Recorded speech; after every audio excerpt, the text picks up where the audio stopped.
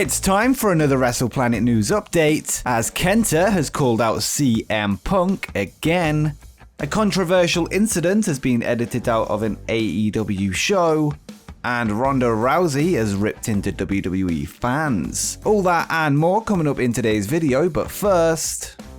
On June 25th, NXT tag team Everrise were released from their WWE contracts. The duo, now going by the name of 2.0, are set to appear on AEW Dynamite this week, as Matt Lee and Jeff Parker will team with Daniel Garcia to face top AEW stars Jon Moxley, Darby Allin, and Eddie Kingston in a 6-man tag match. The show will be held from Daly's Place in Jacksonville, Florida, and will be known as AEW Dynamite Homecoming. Elsewhere on the show, Christian Cage will take on the Blade in singles action. The Bunny will challenge Layla Hirsch, with the winner receiving a shot at the NWA Women's World Champion Camille at NWA's Empower All-Female event. TNT champion Miro will defend his belt against Lee Johnson of the Nightmare Family. Chris Jericho takes part in Chapter 3 of the Labors of Jericho, with old enemy Juventud Guerrera coming in as his next opponent. The only way Jericho can win is if he uses a top rope move. And finally, the match everyone's been waiting for, as Cody Rhodes will battle Malachi Black, who is making his AEW in-ring debut. The show once again is pretty stacked, with most matches having something on the line. I particularly can't wait for Malachi Black's first match in the promotion, and it'll be interesting to see how strong he is booked off the bat. But let me know your predictions for tonight's AEW Dynamite Homecoming in the comments down below. On a recent episode of his Reality of Wrestling radio show, Booker T discussed the recent release of Bray Wyatt, stating that a talent like Bray can't be replaced, and compared him to the legendary Jake the Snake. This is what Booker had to say. Can he be replaced? I don't think so, because I think Bray Wyatt was one of those guys that was kind of like a throwback. You didn't just look at Bray because of his wrestling ability or anything like that. He's kind of like Jake the Snake. He could talk you into a building, you know? And he could do it just by whispering. That's the way Bray Wyatt was. When Bray Wyatt was doing that and the talking and really making a whole lot of sense out of nothing, I was like, man, this guy here is different. Booker continued to compare Wyatt to another legend in wrestling, that being Mick Foley, with Booker adding, "He's like one of the Mick Foleys of the world. They don't come around too often. So he definitely will be a guy who will be missed, and I don't think he's replaceable. Because you can't put anyone else in that gimmick or that character, and they do it the way he did it." Bray Wyatt was released from WWE just less than a week ago, which has caused many to wonder why WWE would let such a talented performer go. He will no doubt thrive wherever he lands, and maybe Jake the Snake himself could be looking for an additional client over in AEW.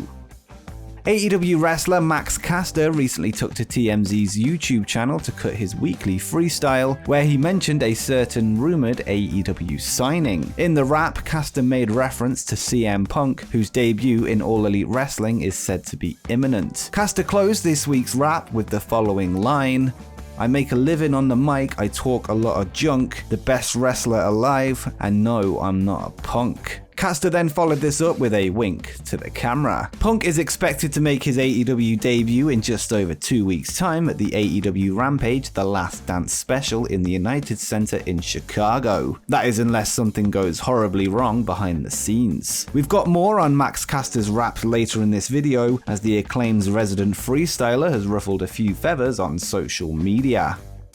On the latest episode of the Kurt Angle Show, the Olympic gold medalist revealed what it would take to come out of retirement to wrestle a match in AEW. This chat follows his recent revelation that he was offered contracts by both AEW and Impact Wrestling for an in-ring return, an offer which he turned down due to him being too beat up and physically unable to compete at the level he once did. When asked what it would take to come out of retirement to work for AEW, Angle responded, "If they paid me $10 million, I would do one more match. I'll wrestle Kenny Omega for $10 million. I'll get my ass kicked. Mrs. Angle would kick my ass. I'm more scared of her than anybody else. I wouldn't be able to tell her. There's no way she would let me do it. She would lock all the doors from the outside."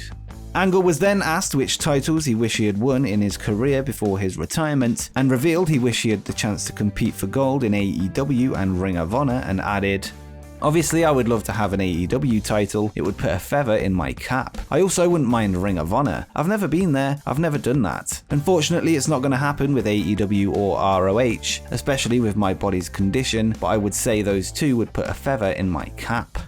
I think if we turned the clock back 5 or 10 years, Angle would still have been able to compete with the best in either promotion. In the past, Angle has stated that his body began to seize up during his time as Raw general manager, as he wasn't getting the reps to keep his body going. Either way, his decision to retire seems like the right one, as it's not worth the long-term health risks for one more match.